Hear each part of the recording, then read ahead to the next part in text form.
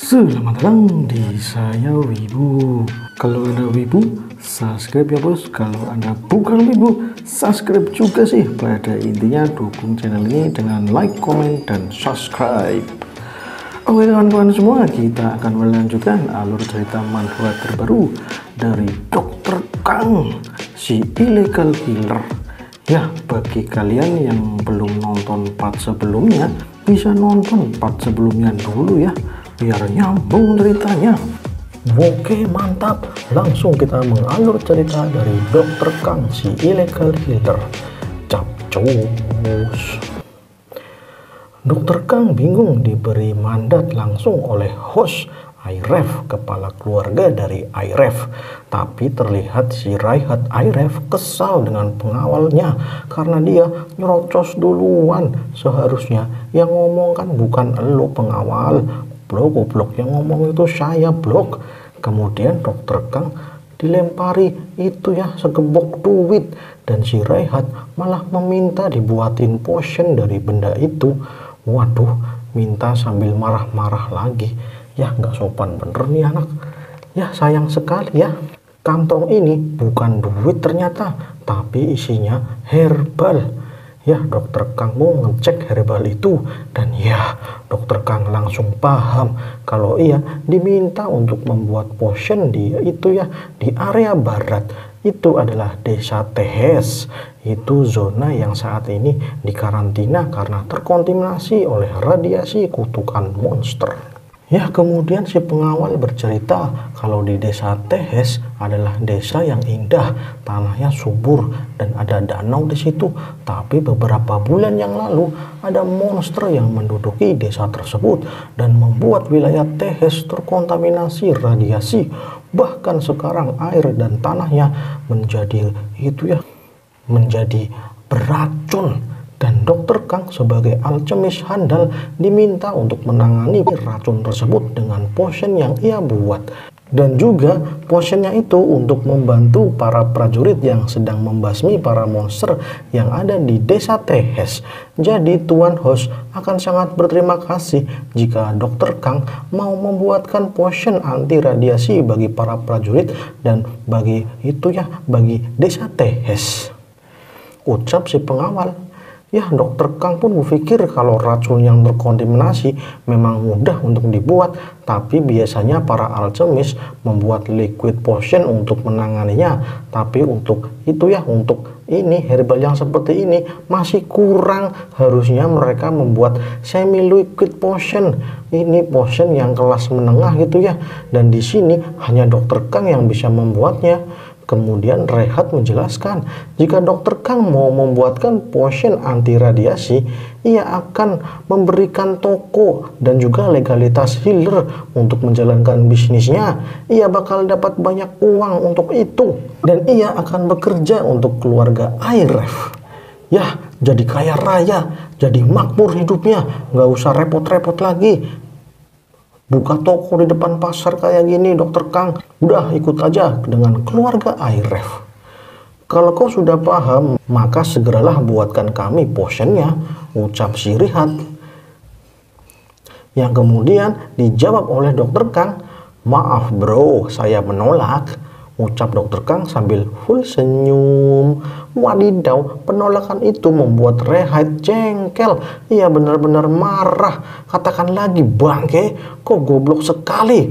Kau ditawarkan kekayaan dan melimpah itu kekayaannya. Seharusnya kau bangga rakyat jelata, ucap Raihat marah-marah. Yang kemudian Dr. Kang menjelaskan kalau sejak awal dirinya bukan alkemis, ia tidak memiliki lisensi alkemis, dan ia juga tidak tertarik dengan uang. Ia hanya ingin poin skill untuk ngegacha roulette. Wadidaw, malah Dr. Kang sudah kecanduan roulette, kayaknya dia sudah kecanduan itu judi online. Dan juga kalau kau mau minta bantuan kepada seseorang, bicaralah yang sopan. Kalau seperti itu, aku tidak tertarik sama sekali, ucap Dr. Kang. Bangke kau, dasar rakyat jelata, congkak, ucap Raihat yang tambah marah. Di satu sisi ada seseorang yang berlari, ternyata ia menghampiri dokter Kang. Ia meminta tolong kepada dokter Kang karena adiknya jarinya itu ya kepotong dan putus. Ia minta tolong untuk diobati tangan adiknya itu ya, jarinya maksudnya. Ya, dokter Kang pun langsung sigap. Ia langsung mengeluarkan eye observation dan benar jari telunjuknya sudah terpotong. Jika dibiarkan akan terjadi nekrosis atau kematian sel. Dan ya oke siap, agak susah mungkin mengobatinya, ucap dokter Kang. Dikatain seperti itu si kakak jadi panik. Ia tidak tahu mau dibawa kemana lagi, soalnya ia gak punya duit buat ngehil. Kemudian si Rihat ngoceh, masa sakit luka seperti itu dibawa ke Alchemis, gak jelas banget dah. Hei bocah, kok goblok sekali sih, ucap Rihat. Mengobati luka seperti itu harus menggunakan Light of Heal seperti ini, ucap Rehat yang memamerkan skill heal miliknya. Wadidaw, ternyata dia seorang healer. Kalau gitu Tuan Rehat yang terhormat, silahkan sembuhkan anak ini. Monggo, saya persilahkan, ucap dokter Kang. Ya gak mau lah cuk, emang rakyat jelata bisa membayarku. Mikir dikit lah cuk. Tapi kalau kau mau minta maaf atas penolakanmu dan mengikuti keluarga Airef sebagai alchemis, akan aku pertimbangkan untuk menyelamatkan bocil itu. Gimana bro, kau mau tidak? Ucap Rehat membujuk. Gak usah bro, santai aja, saya juga bisa menanganinya, ucap dokter Kang yang kemudian ia langsung menuju si pasien. Dibilang seperti itu, Rehat jadi marah lagi. Wadidaw, nih orang kerjaannya marah-marah mulu dah. Otak bangsawan memang sengkle sejak awal. Ya, dokter Kang pun mempersiapkan peralatannya dan ia akan menjahit jari yang telah putus itu, tentunya dengan skill-skillnya yang OP gitu ya, selain skill heal. Melihat itu si Rehat tertawa, mana ada tubuh dijahit, emang boneka dijahit. Walah, ada ya orang bisa dijahit, tolol banget dah. Kemudian Rehat bertaruh, jika dokter Kang berhasil mengobati bocil itu, ia akan memberikan kalung keberuntungan miliknya, dan juga ia akan memberikan pengobatan gratis kepada warga desa Piare. Tapi jika gagal, dokter Kang harus ikut keluarga Airef dan menjadi alchemis seumur hidup. Tanpa basa-basi, dokter Kang langsung woke. Waduh, langsung diwokein sama dokter Kang. Saya terima tantanganmu. Dan ya, wush. Terlihat dokter Kang memegang jarum dengan tali magic, itu skill Choose of Trend, yaitu skill yang mengubah potion menjadi benang. Wadidaw, ada juga ya skill kayak gitu. Ya oke, langsung eye observation untuk mengamati lukanya dan langsung satset dijahit jarinya sampai nyambung lagi.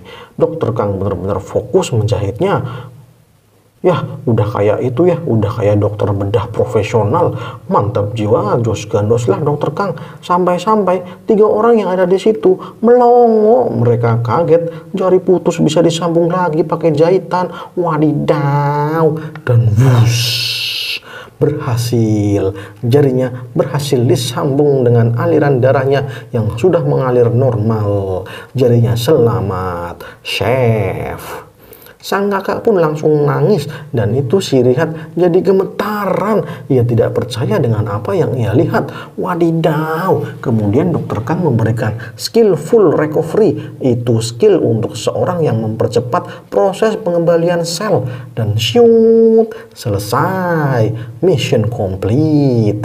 Wow, apa-apaan ini? Gue nggak percaya. Cuman dijahit doang, mana bisa sembuh? Gak mungkin sembuh. Paling jarinya kaku, nggak bisa digerakkan. Ucap Rehat marah-marah. Ya, diperiksa saja bro, diperiksa saja sendiri, perintah dokter Kang. Kemudian Rehat memberikan skill resuscitation. Apa dan tuh?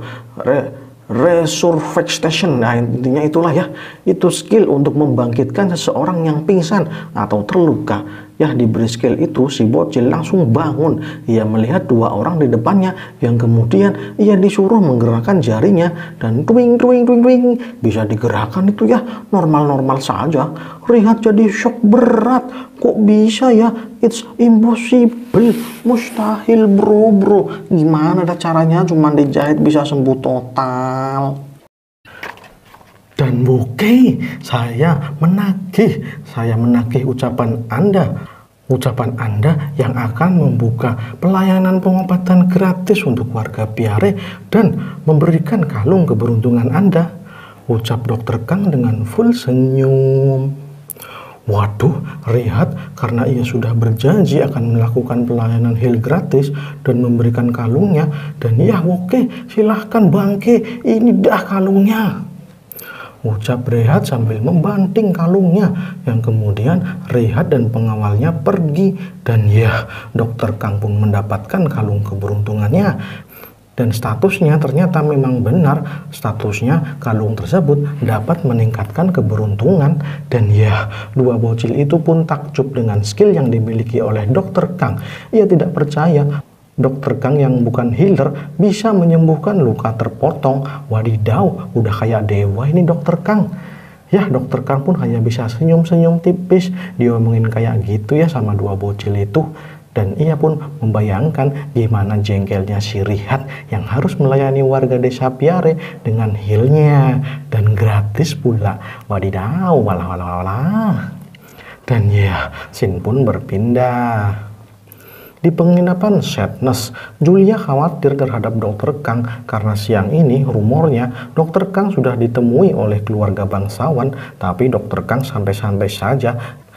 Ia malah menambahkan kalau Rihad sekarang membuka pelayanan heal gratis bagi warga dan juga makanan gratis. Julia benar-benar kaget dan Dokter Kang merasa puas dengan itu. Ia benar-benar menang telak. Kemudian Dokter Kang memberikan Julia kentang. Ia minta Julia untuk mengolahnya. Dan oke, saatnya memasak, ucap Julia penuh semangat. Sambil nunggu masak, Dokter Kang ngegacha roulette dan ia punya 200 poin skill. Artinya ia bisa ngeroll 10 kali dan dimulai. Ya, kemudian 7 rollnya cuman dapat itu ya, stamina, strength, gold, dan juga itu ya health, naik 1 poin semua. Dan Dokter Kang lumayan stres, gacanya ampas semua dah. Tapi ada satu gacha yang lumayan itu ya, yaitu ia mendapatkan Crystal of Vitality. Dan juga ia mendapatkan itu ya, penambahan ruang inventory. Ya, penambahan ruang inventory lumayan dah. Hadiah roulette-nya ada 2 ini yang lumayan, kristal sama penambahan inventory. Ya oke, langsung digunakan. Penambahan ruang inventory-nya langsung digunakan. Dan itu kristal vitality-nya disimpan dulu dah, nantilah diamati dulu, nanti digunakannya nanti aja dulu lah. Dan tiba-tiba ketika sedang memasukkan kristal vitality-nya, si Hujong datang. Ia mengagetkan Dokter Kang. Kemudian ia mau minta minuman energi lagi. Wadidaw, mau mabuk lagi nih orang. Kemudian ia memberitahu Dokter Kang kalau ia habis dapat poin kristal. Itu poin yang dapat menguatkan kristal energi. Dan Hujong akan memberikannya kepada Dokter Kang. Dan ya, Dokter Kang pun menerimanya dan berterima kasih. Kemudian Hojung melihat kalau Dokter Kang masih menggunakan cincin konsentrasinya. Bukannya cincin itu mau dijual, tapi Dokter Kang tidak bisa menjualnya. Soalnya harganya mahal banget. Beberapa toko tidak mau membayarnya. Kemudian Hojung memberitahu ada toko yang bagus untuk Dokter Kang menjual cincinnya. Dan ya, scene pun berpindah langsung ke tempat tokonya, ke toko yang diberitahu oleh Hojong. Dokter Kang sudah sampai di toko tersebut dan ada Pak Tua, Pak Tua jenggotan yang menjaga toko itu. Itu pemiliknya, namanya Pak Dawen. Ya, tanpa basa-basi Dokter Kang langsung menjual item-itemnya, dimulai dari dari kalung keberuntungannya si Rihad. Tapi Pak Dawen menawarnya murah, soalnya kristalnya sudah retak. Waduh, si Rihad bangke, malah diretakin kemarin pas dibanting sama si Rihad. Dan oleh Pak Dawen, kalungnya cuma dihargai 300.000 koin gold. Seharusnya udah 3 juta, tapi karena sudah retak, 300.000 saja sudah murah ini ya. Kemudian dokter Kang menunjukkan cincin konsentrasinya dan Pak Dawen kaget. Wow, ini cincin yang mahal. Tapi sebelum membeli cincinnya, Pak Tua Dawen mau memeriksa dulu cincinnya. Ia mau memastikan statusnya.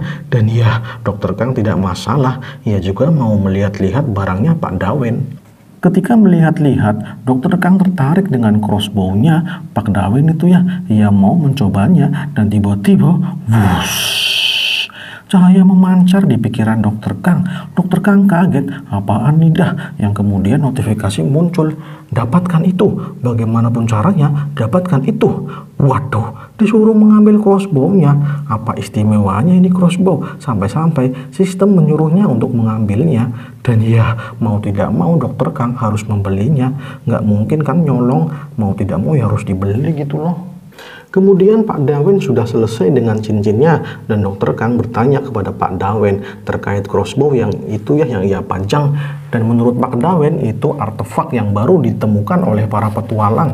Mereka menemukannya di dungeon hutan Biare dan itu ya satu paket dengan kantungnya. Kemudian Pak Dawen mempraktekkan cara menggunakan crossbow-nya, yaitu dengan memasukkan koin emas di dalam kantungnya dan langsung bersiap untuk menembak dan duar. Suaranya kenceng banget, wadidaw. Kata Pak Dawen, satu koin emas bisa menembakkan 5 anak panah. Jadi anak panahnya otomatis muncul kalau menaruh duit di kantungnya.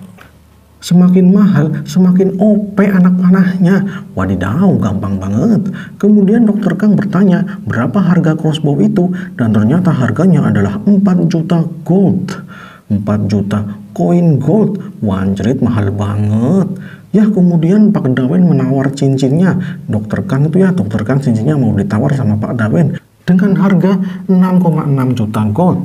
Dan ya oke, jika ia menjual semua item yang ia miliki dan tabungannya yang ia miliki, saat ini dokter Kang memiliki 10 juta koin gold.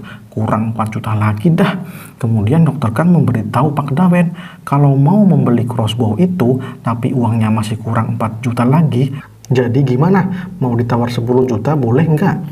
Tapi Pak Dawen tidak mau ditawar 10 juta. Ia memberitahu harganya sudah pas 14 juta. Tapi bolehlah di DP dulu biar tidak diambil orang lain gitu ya. Jadi Pak Dawen menawarkan kalau dokter Kang mendp dulu supaya dokter Kang bisa mencari duit sisanya. Dia dikasih waktu 1 minggu. Kalau tidak bisa nanti DP-nya akan dikembalikan. Dan ya, oke dah, langsung di DP 10 juta. Dan ya, scene pun berpindah di Guild Petualang. Dokter Kang mau mencari duit untuk membayar crossbow-nya yang kurang 4 juta. Ia mau nyari misi yang sesuai dengan keahliannya, yaitu pengobatan. Soalnya ia bisanya misi itu ya, misi pengobatan, misi penyembuhan gitu ya. Dan juga misi penyembuhan biasanya duitnya gede bro. Apalagi kalau penyakitnya nggak bisa diobati sama healer, itu bakal gede banget duitnya dah. Sebelumnya sih dokter Kang sudah menemui Hojong buat itu ya minjem duit 4 juta gold. Tapi Hojong cuma punya 5.000 gold. Dokter Kang langsung shock karena temannya ternyata Kismin. Wadidaw. Ya, karena nggak bisa diandalkan, dokter Kang langsung mencari misi pengobatan dan ketemu. Dokter Kang langsung mengambil misi itu, dan di saat dokter Kang membaca detail misinya, mbak-mbak admin mengatakan kalau misi itu hanya untuk healer resmi. Jadi dokter Kang bukan healer resmi, tidak bisa mengambil misi itu. Tapi dokter Kang beralasan kalau teman healernya yang akan menjalankannya. Ia cuma membantu, dan mbak admin pun percaya-percaya saja ya. Wadidaw, dikibulin nih mbak adminnya. Dan untuk misinya adalah menyembuhkan luka pada kaki yang terus-menerus mengeluarkan darah. Walah, sakit apa Anda itu? Dan ternyata si pasien ada di penginapan Sadness. Dan langsung dah OTW ke penginapan Sadness. Kemudian scene berpindah di penginapan Sadness. Dokter Kang ketemu Julia. Ia bertanya di mana kamar orang yang sedang sakit kakinya. Dan Julia pun memberitahu kamarnya. Dan ya langsung dah di depan kamarnya. Dan ya oke, sampai di depan kamar pasien. Dan situ sudah ada seorang pendeta healer. Dokter Kang kaget, ternyata gercep juga healernya. Dan pasiennya ternyata seorang cewek. Cewek itu ya cewek rambut pink. Dan temannya juga ada itu ya cewek rambut kuning. Dan oke, dokter Kang langsung menggunakan observation. Dan ketemu kenapa si cewek itu ya, si cewek pink itu terus-menerus mengeluarkan darah. Soalnya menurut dokter Kang ada benda tajam yang menggigit. Wadidaw, apa anda benda tajam yang menggigit? Kemudian si healer mau melakukan heal, akan tetapi dihentikan sama dokter Kang. Ia menyuruh si pendeta untuk tidak menggunakan heal kepada lukanya. Kemudian dokter Kang memperkenalkan diri kalau dirinya adalah seorang dokter ahli penyakit gitu ya. Walaupun bukan healer, tapi ia tahu sakit yang diderita oleh si cewek rambut pink. Tapi temannya si cewek rambut kuning marah-marah. Ia marah sama dokter Kang, yang kemudian ia mengusir dokter Kang. Ia mendorong dokter Kang keluar dari kamarnya dan menutup pintu kamar. Jebret! Wanjrit galak bener dah nih cewek. Tapi dokter Kang malah senyum karena ia tahu apa yang akan terjadi. Soalnya dilihat dari kondisi pasien, ia tahu ia terserang penyakit yang serius dan si healer tidak mungkin bisa mengobatinya. Dan ia bersambung. Wadidaw, malah bersambung. Penyakit apa anda? Saya penasaran, malah bersambung. Dan oke, terima kasih kawan-kawan semua sudah menonton saya Wibu. Jangan lupa like, komen, dan subscribe-nya ya. Oke, terima kasih. Jangan lupa juga sawernya di link deskripsi. Mantap jiwa. Terima kasih. Salam cus.